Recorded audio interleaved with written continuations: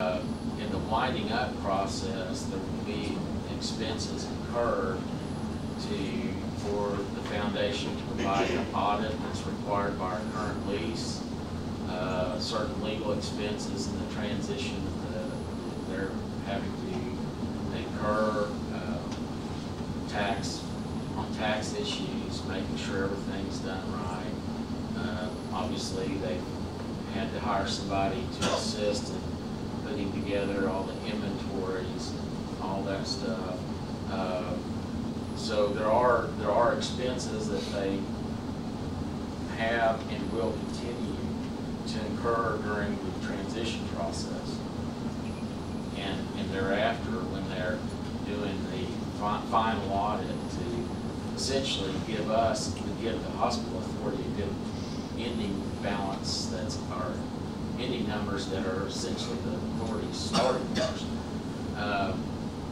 So the problem is that once a transition, if we're transitioning all the assets, including all the cash, which is what we're doing, there would be no cash left to cover those items. So the way the agreement is drafted is to propose what we call a holdback, and that's essentially a provision where when you're doing a complete transition of operations, transfer of all assets and liabilities, where there's a holdback of a certain number or a certain amount of cash for the transfer or expenses to make sure all the stuff happens that they're supposed to provide. And then, so there is a provision in there that says that will happen, that a certain amount will be held back.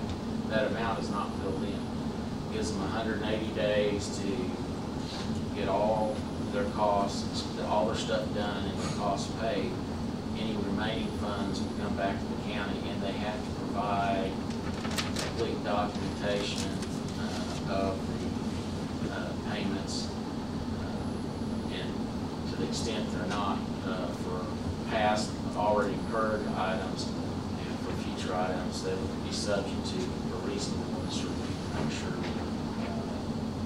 reasonable expenses, but before they pay them. There's their initial number that had been thrown out was 15,000, and then maybe we just come back and up it. I don't like the idea of coming back and upping it because number one, that takes future action. Number two, it's you're going from the foundation holding some money back for its own to the authority approving payments to the foundation, which I really don't have. And you're going to end up getting, the authority's going to end up getting that money back at the end anyway. So I would think that we'd probably be better going with a higher holdback number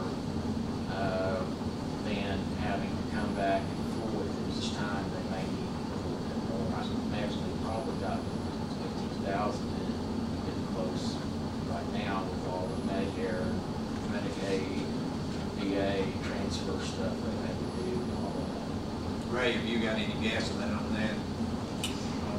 how much is going to be out there to be covered after the transition? Well, I think it sort of depends on what's covered for that. If it's a routine, final tax filing and so that, I think the $15,000 would cover that. But if for instance, there's a separate audit that's required for the 3-month period and a separate cost report, that number could be significantly higher than that. So then we have the attorney fees. The attorney fees, I think the 15 will cover that.